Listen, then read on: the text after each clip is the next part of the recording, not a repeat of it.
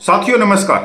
साथियों एक बड़ी खबर के साथ में खुशखबरी आ रही है और इस खबर को मैं कहूंगा कि जबरदस्त खबर आ रही है। और ये खबर आ रही है जब हमारे कल माननीय प्रधानमंत्री एयरफोर्स स्टेशन आदमपुर गए और जवानों का हौसला बढ़ाया, मनोबल बढ़ाया, जोश बढ़ाया और उनकी पीठ थपथपाई। वहीं से 32 लाख पूर्व सैनिकों के लिए भी खुशखबरी की खबर निकल के बाहर आ रही है। साथियों आप सबको मालूम है कि पिछले 17 सालों से पूर्व सैनिक अपनी जायज मांगों को लेकर संघर्ष कर रहे हैं, आंदोलन कर रहे हैं और सरकार तक अपनी आवाज पहुंचाने की कोशिश कर रहे हैं। चाहे केंद्र में 17 सालों में चाहे कांग्रेस की सरकार रही हो, चाहे बीजेपी की सरकार रही हो, किसी ने पूर्व सैनिकों की जायज मांगों पर ध्यान नहीं दिया। ना ही उनके समानता पे ध्यान दिया, ना उनके स्वाभिमान पे ध्यान दिया, ना ही उनके आत्मसम्मान पे ध्यान दिया, ना ही जो उनकी जायज मांगे थी उनको पूरा करने के लिए कोई कमेटी गठित करी। कुछ नहीं किया, ये सबको मालूम है। पिछले 17 सालों से किसी की भी सरकार रही हो, सोती ही रही। पर अब खबर आ रही है कि सरकार जो जवानों की जायज मांगे हैं, जो संविधान के दायरे में है, जो जवानों का हक है समानता का, उसको पूरा करेगी। साथियों जो मिलिट्री सर्विस पे एक सम्मान होनी चाहिए, जो डिसेबिलिटी पेंशन एक सम्मान होनी चाहिए, जो ओआरओपी का लाभ प्रीमेच्योर रिटायरमेंट को भी मिलना चाहिए, जो एक्स पे एक सम्मान होनी चाहिए, जो अलाउंस है चाहे वो ग्लेशियर के हैं, चाहे अपने फील्ड के अलाउंस हैं, चाहे इंसर्जेंसी के अलाउंस है, वो सभी एक सम्मान होने चाहिए। उसी के ऊपर एक खुशखबरी आ रही। साथियों पूरी बात पे चलते हैं। साथियों आप सबको मालूम है कि 22 अप्रैल को पाकिस्तान ने एक ऐसी घिनौनी हरकत की है कि उसने अपने आतंकवादियों को पहलगाम में भेजा और निर्दोष लोगों को वहां पे मरवाया।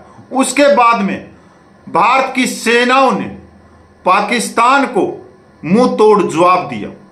पाकिस्तान जो 7 और 8 तारीख को 9 जगह पे एयर स्ट्राइक किया गया और 100 के करीब खूंखार आतंकवादियों को मारा गया।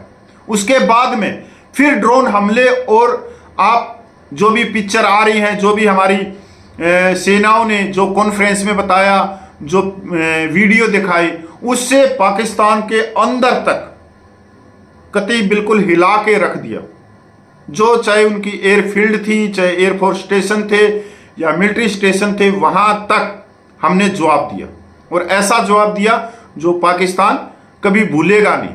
हाँ ये एक अलग बात है कि सीज फायर लग गया, ये किसी को नहीं पता कि ये सीज फायर कब लगा, कैसे लगा, क्या नहीं लगा, क्योंकि 2-3 दिन और आगे चलना था, क्योंकि ऐसे मौके बार बार इतिहास नहीं देता है।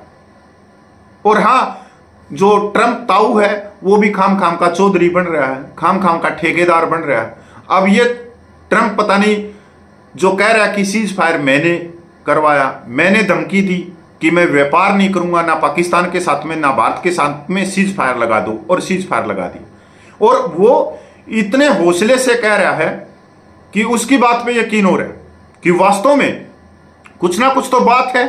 क्योंकि जिस दिन हमारे विदेश सचिव जो विक्रम मिस्त्री हैं वो जब आए लाइव, उससे पहले ही अमेरिका के राष्ट्रपति ने, वहां के उपराष्ट्रपति ने, वहां के विदेश मंत्री ने ट्विटर करके पहले ही जानकारी दे दी थी और हमारे देश की सरकार बाद में जानकारी दे रही थी। तो अगर 2 देशों में ये बात होती या डीजीएमओ के थ्रू होती तो अमेरिका को कैसे पता लगता इस बात का? तो दाल में वो क्या बोलते हैं, दाल के कुछ दाने ही काले नहीं है, सारी दाल ही काली है। तो चौधरी तो बन गया ट्रंप और वो पगड़ी भी बंधवा गया। चलो उसके बारे में तो बाद में बात करते हैं, मेन बात पे आते हैं। इसके बाद में जो सेनाओं ने अपनी ताकत दिखाई, अपना शौर्य दिखाया, अपना पराक्रम दिखाया, उसके पूरे विश्व में मतलब तारीफें हो रही है। ऐसा कोई देश नहीं है जो भारतीय सेनाओं की तारीफ नहीं कर रहा हो कि इतने सटीक निशाने, इतने मतलब जैसे पाकिस्तान जो करता है फेक खबरें, प्रोपगंडा, कुछ करना नहीं पर ढोल पूरा बजाना है, पर भारतीय सेनाओं ने ऐसा नहीं किया। उन्होंने बिल्कुल चुप रह के और तब जाके पाकिस्तान के ढोल बजा दिए। अब इसी में जो माननीय प्रधानमंत्री आदमपुर गए हैं, एयरफोर्स स्टेशन में गए हैं, वहीं से ये बात आ रही।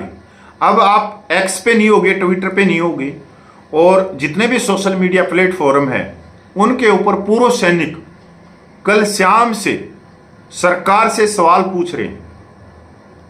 सरकार पे एक तरह से दबाव डालने की कोशिश की जा रही है कि माननीय प्रधानमंत्री आप एयरफोर्स स्टेशन आदमपुर गए, जवानों की आपने पीठ थपथपाई, उनका हौसला बढ़ाया, उनका जोश बढ़ाया।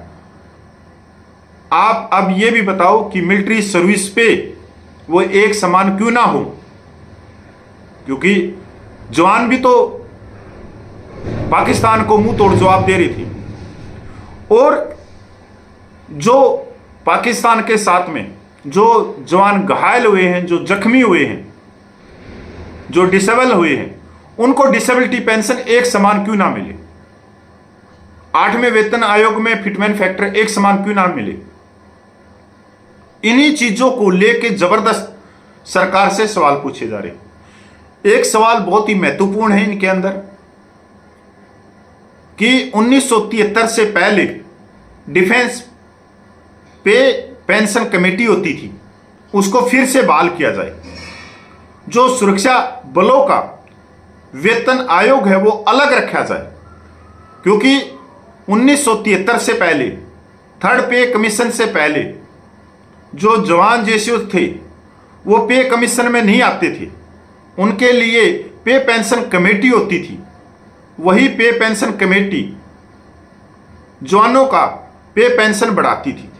इसको फिर से बहाल किया जाए, पे कमीशन से फिर से सुरक्षा बलों को अलग किया जाए और उनके लिए पे पेंशन कमेटी बनाई जाए। जिस तरह से हर 5 साल में सांसदों का वेतन और पेंशन बढ़ती है, उनके लिए अलग कानून है।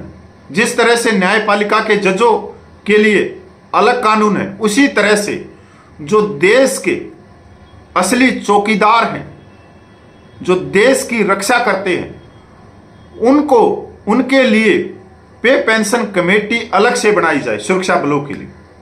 और चाहे मिलिट्री सर्विस पे है, चाहे एक्स ग्रुप है, चाहे डिसेबिलिटी पेंशन है, चाहे अलाउंस है, चाहे एक्स पे है, इनको एक सम्मान किया जाए। इससे जवानों का हौसला बढ़ेगा और देश की ताकत बढ़ेगी। माननीय प्रधानमंत्री, आपने आदमपुर में जाके जवानों का हौसला बढ़ाया है, उनकी तारीफ करिए, पर इसके साथ साथ में जो असमानता है वो भी दूर की जाए। पे पेंशन में जो भी हैं, ये एक असली मनोबल बढ़ाया जाएगा और यही माननीय प्रधानमंत्री को करना चाहिए कि जो असमानता है उनको दूर किया जाए और जवानों का हौसला और अफजाई बढ़ाई जाए। साथियों, ये जो चल रहा है, सरकार तक अपनी आवाज हम पहुंचाने की कोशिश कर रहे हैं संविधान के दायरे में, इसमें आप भी भागीदार बने। और मेरे पास में आप ये छोटा सा एक चैनल है, आप सभी परिवार जनों का, इसके माध्यम से सरकार तक आप लोगों की आवाज मैं पहुंचाने की कोशिश करूंगा। आप भी इस वीडियो को शेयर करना। मैं पूर्व सैनिक कपिल फौजी।